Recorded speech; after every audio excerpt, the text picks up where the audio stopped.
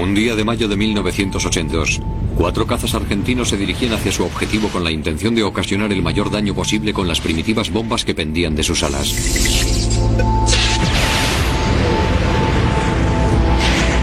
Sus objetivos, 2 barcos de guerra británicos equipados con sofisticados misiles dirigidos, deberían haber podido derribarlos sin problemas.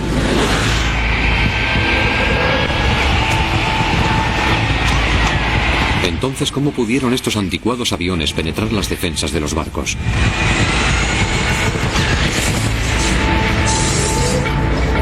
La respuesta a esta pregunta transformó prácticamente todas las fuerzas navales del mundo occidental.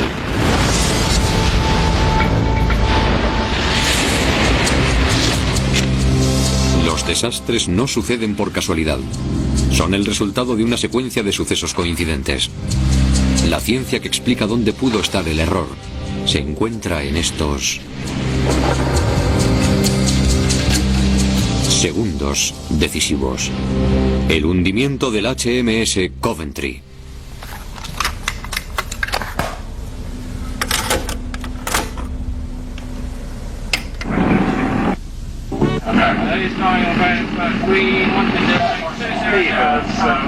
El sonido de este cassette fue grabado en el Broadsword, uno de los buques atacados por los aviones argentinos.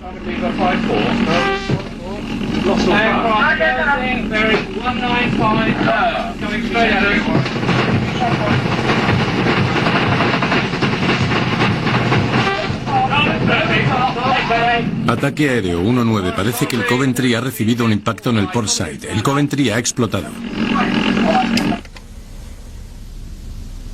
3 minutos y 22 segundos más tarde, 19 hombres habían muerto. El segundo de los 2 barcos, el HMS Coventry, un destructor de miles de millones de libras, se hundía en el mar. Para ayudar a esclarecer los hechos, el comandante del Coventry, el capitán David Hardike, accedió a volver a un buque similar, que ahora se encuentra fuera de servicio en un astillero de la Marina Británica. Fue la última persona en abandonar el barco antes de que se hundiera en el mar. El capitán del barco es responsable del bienestar y la seguridad de sus hombres. Esperaban de mí que los llevara de vuelta sanos y salvos. Yo les había dicho bromeando que no se preocupasen, que ya tenía reservadas mis vacaciones para el 4 de agosto y que no había más remedio que volver. Y eso les subió la moral, les dio esperanza. Si el capitán ha reservado ya sus vacaciones, todo va a salir bien. Estaremos de vuelta en Gran Bretaña para entonces, de manera que dependían de mí y yo de ellos.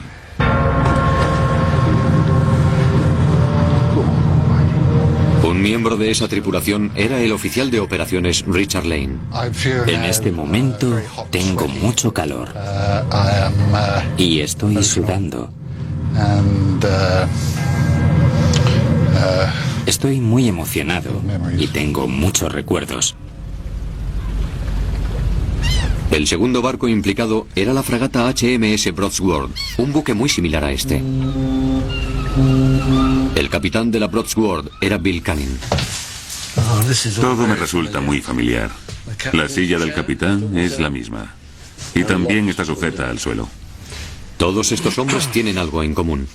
Todos ellos han pasado por la aterradora experiencia de una fracción de segundo de un ataque aéreo directo. Hacía mucho tiempo que no se perdía un buque en un ataque enemigo. Supongo que tendríamos que remontarnos a la Segunda Guerra Mundial. La Guerra de las Malvinas fue un conflicto atípico en muchos sentidos. El Reino Unido y Argentina se disputaban la posesión de un archipiélago desierto a unos 480 kilómetros de la costa de Argentina. Desde que en 1831 un barco de la Marina de los Estados Unidos destruyera un asentamiento argentino, la historia de este árido lugar estaba marcada por la violencia. En abril de 1982, Argentina invadió las islas y unas fuerzas especiales de la Armada Británica iniciaron un viaje de 12.800 kilómetros para recuperar el control del archipiélago. Hacia el 25 de mayo la guerra había alcanzado su punto crítico. Las fuerzas británicas habían ocupado las islas, pero serían vulnerables a un ataque sostenido si los aviones argentinos lanzaban una ofensiva.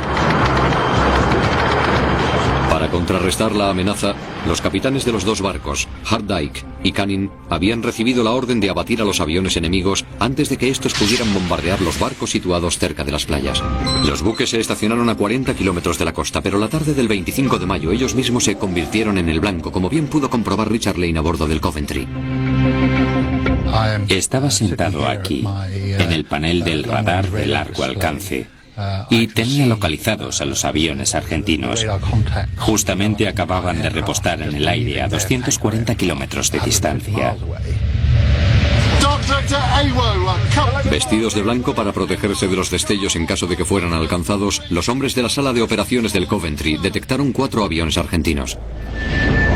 Se trataba de los A4 Skyhawks, unos cazas norteamericanos de 28 años equipados con rudimentarias bombas de caída libre. A pesar de su antigüedad, para los estándares de la época, los cazas podían volar a una velocidad de 14,4 kilómetros por minuto, una ventaja muy necesaria cuando se enfrentaran al formidable fuego de los dos buques británicos. Posiblemente la mayor amenaza para la vida de los pilotos fuera el HMS Coventry, un ejemplo de buque de guerra de primera línea de la Marina Británica, un destructor tipo 42. El destructor tipo 42 es en cierto sentido una especie de barco multiuso, aunque fue principalmente diseñado para el combate aéreo, para la defensa antiaérea. Los hombres a bordo del destructor tipo 42 podían abatir a un avión que estuviese a 62 kilómetros usando esto. El misil Sea Dart. Un proyectil de casi 4,5 metros de largo, de más de media tonelada de peso y una aceleración de casi el doble de la velocidad del sonido en solo 3 segundos. Si algún avión lograba esquivarlo, tendría que enfrentarse a otra amenaza procedente del otro barco, el HMS Broadsword. Un sistema de misiles tan moderno que todavía se estaba probando y que habían bautizado con el nombre de Seawolf. El Seawolf es un misil antimisiles diseñado para defender automáticamente a un barco de los misiles supersónicos lanzados desde un submarino, como los que utilizaba la Marina rusa. Debido a su gran precisión, que permitía interceptar a los proyectiles lanzados desde otro barco, un ataque aéreo no debería suponer un gran problema. Sin embargo, ya que su alcance máximo superaba escasamente los 4 kilómetros, el Seawolf no podía ser más que un arma defensiva de última hora.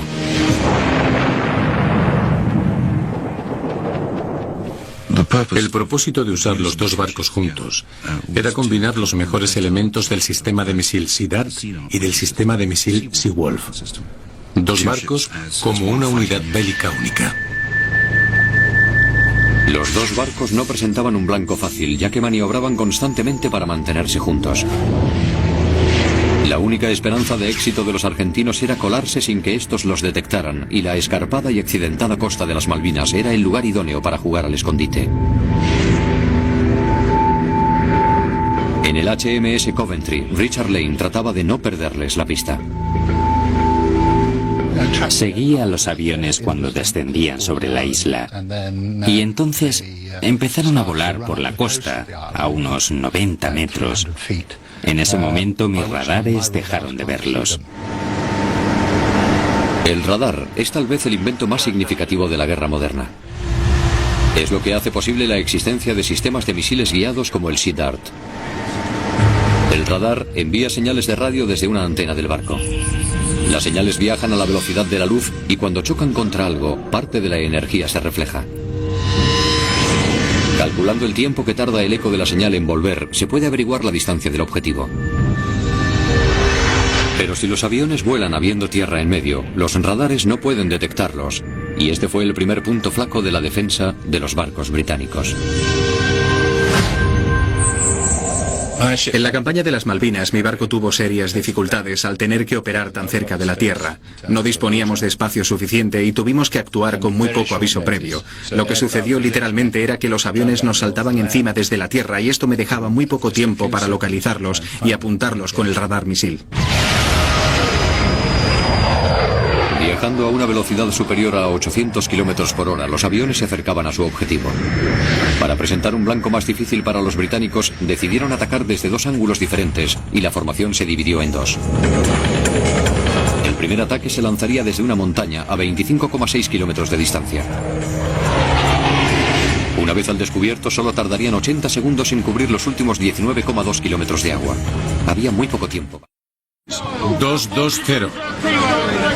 Cuando en 1982, durante la Guerra de las Malvinas, 2 aviones argentinos iniciaban su misión de bombardeo, sus objetivos, 2 barcos de guerra de la Marina Británica, el Broadsword y el Coventry, tenían tan solo segundos para lanzar sus misiles. En el Coventry, que tenía el sistema de mayor alcance, el primer paso era captar los aviones con el 909, el radar de guía de los misiles. Emitía un haz de luz intenso de ondas de radio, como un reflector, que iluminaba el objetivo y servía de guía a los misiles Siddharth.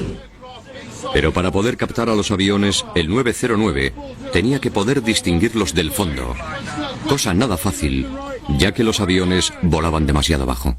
Desde el barco no se puede saber de dónde procede el eco, de manera que el eco de los aviones es totalmente suprimido por la gran cantidad de ecos que se reciben de los objetivos terrestres. No pudiendo distinguir a los aviones del fondo, el 909 no tenía nada a lo que enfocar y los misiles no podían ser lanzados. El 909 se confunde con la Tierra. No podemos localizar el objetivo. A la altura a la que viajaban era imposible obtener nada del radar del control de lanzamiento. No podían apuntarlos. Dada la altura a la que volaban los aviones, tendría que ser el Broadsword el que impidiera el desastre. Su sistema de misiles Seawolf estaba diseñado para interceptar misiles de vuelo bajo, por lo tanto sus radares de seguimiento tenían un foco mucho más estrecho que podía aislar con mayor éxito a los aviones. Graham Edmonds era el hombre encargado del sistema Seawolf aquel día. Podíamos ver a los aviones en el radar. Los teníamos en la mira y el sistema estaba, digamos, listo para disparar. Un poco como el Manchester United jugando contra el Gillingham. El resultado estaba cantado. El Seawolf tiene un ordenador que estudia las amenazas y decide el orden de prioridad. Una vez hecho esto, el operador solo tiene que esperar a que el objetivo esté al alcance y el Seawolf lo abatirá automáticamente. El sistema había tenido mucho éxito. Había derribado varios aviones, incluido este Mirage argentino, unos 4 días antes. Pero el 25 de mayo, el sistema no funcionó como se esperaba. Lo que sucede es que para el ordenador, 2 aviones que vuelen muy juntos constituyen un único objetivo y no los distingue hasta que estén muy cerca. Cuando los aviones estaban a unos 14,4 kilómetros, y esto sucedió con una rapidez que ni se imaginan, el ordenador reconoció que había 2 objetivos y reemplazó la trayectoria original que había trazado con 2 nuevas trayectorias. En ese momento crucial, algo falló. El ordenador trazó las 2 nuevas trayectorias y la original se quedó obsoleta, pero no la borró. Seguía estando en la memoria del ordenador, y la velocidad con que se nos venía encima era mayor que las de las trayectorias auténticas, de manera que el ordenador pensó, esta es más peligrosa que las otras 2, y se siguió centrando en ella. Borrar la trayectoria falsa tendría que haber sido un proceso muy rápido. Sin embargo, el ordenador del Broadsword, que controlaba el radar de seguimiento, se había congelado y tendría que ser reiniciado manualmente. Este es el ordenador FM1600. Cuando tenemos que reiniciar el rastreador y encender de nuevo el ordenador, este es el procedimiento que seguimos.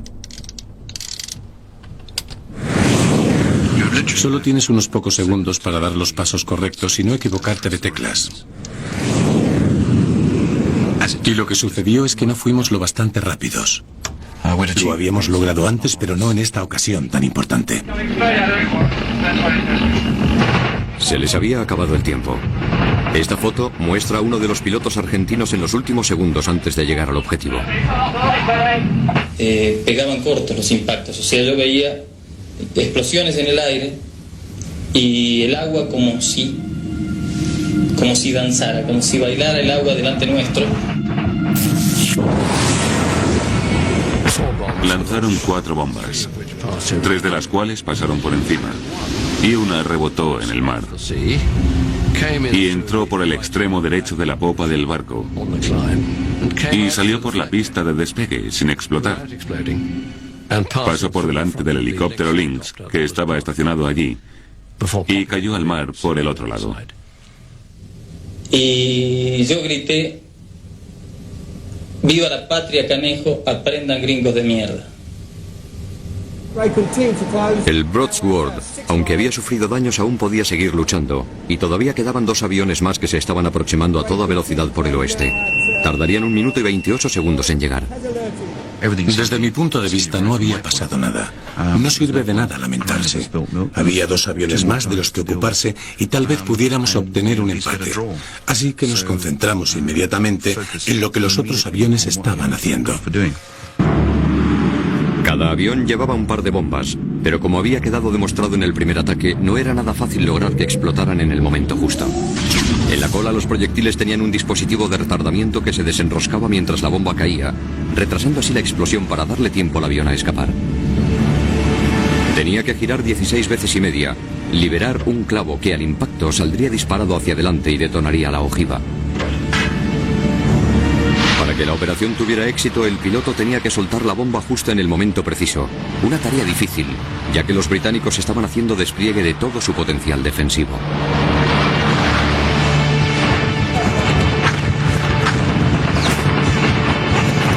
Tenía 2 cañones Oerlikon de 20 milímetros, 2 reliquias de la Segunda Guerra Mundial manejadas por un marinero. Con estas 2 armas intentamos abatir a estos 2 aviones y por supuesto fue inútil. En la cubierta superior había emplazado a unos marineros con unos rifles para que al menos dispararan a algo y así sentirnos mejor. Richard Lane tenía que volver a repetir la operación del Sea Dart, pero ahora bajo la presión de saber que los aviones se dirigían directamente hacia su barco. Una vez más, calculé la distancia a la que estaban e intenté por todos los medios captarlos con el 909. Y aunque señalaban algo, no conseguían dar una lectura definitiva. Disparé un Sea Dart como medida de emergencia, pero se perdió. No sabemos a dónde fue a parar, pero podría haber disuadido a los pilotos.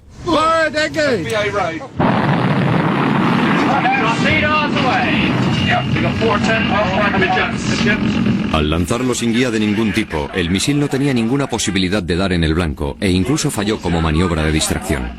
Los aviones estaban a 30 segundos o a 6,4 kilómetros de distancia. Una vez más las defensas del Coventry estaban en la cuerda floja.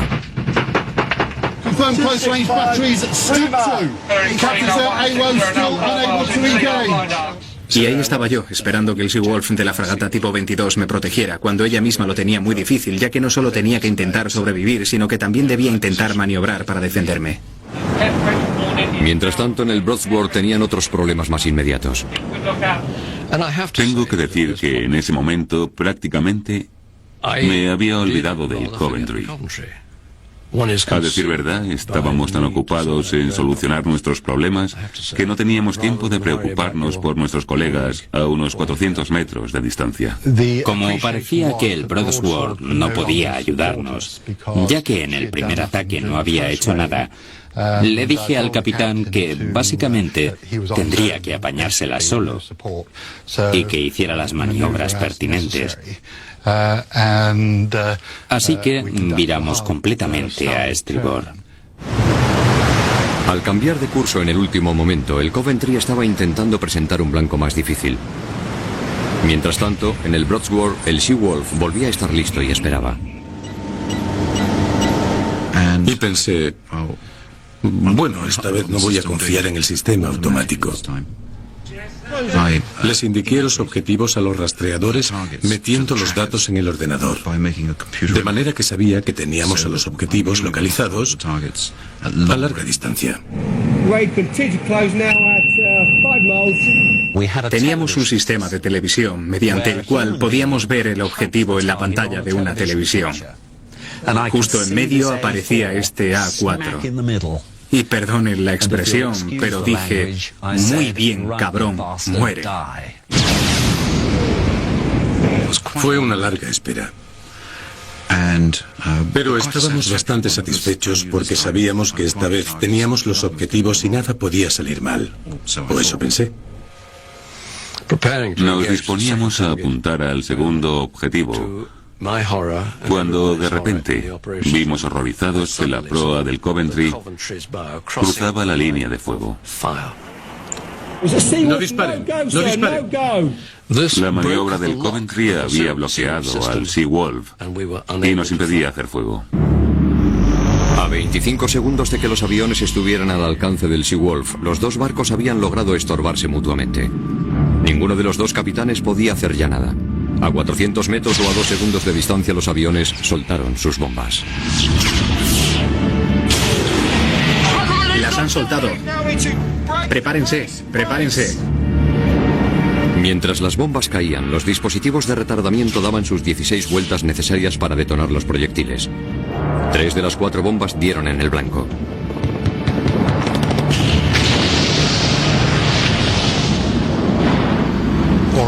Todo lo que recuerdo es que mi mesa de radar explotó delante de mí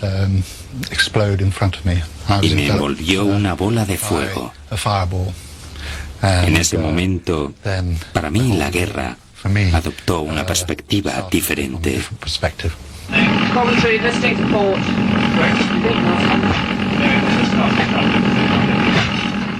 Eres consciente del fogonazo de la explosión y te quedas conmocionado, pero con suerte reaccionas como fue mi caso.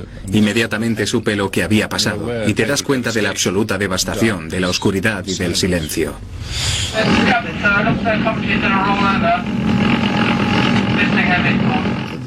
Un miembro de la tripulación de la sala de ordenadores de abajo intentó subir por las escaleras hacia la sala de operaciones. Yo corría a ayudarle, pero antes de que pudiera echarle una mano, se cayó a las llamas.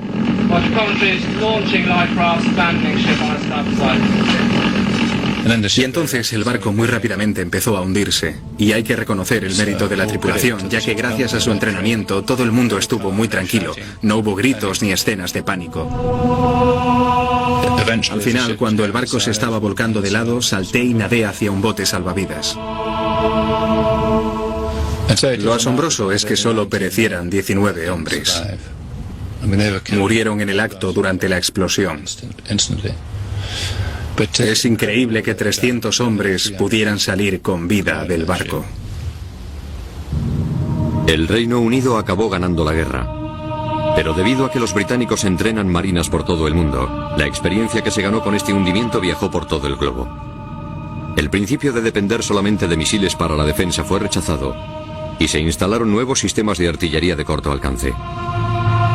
Tanto el Sea Dart como el Seawolf han sido modernizados y en la actualidad se emplean radares de detección aérea temprana que avisan más rápidamente de un posible ataque. Los barcos de este puerto pertenecen a una era pasada y están siendo reemplazados por una nueva generación gracias a las lecciones aprendidas aquel día de 1982.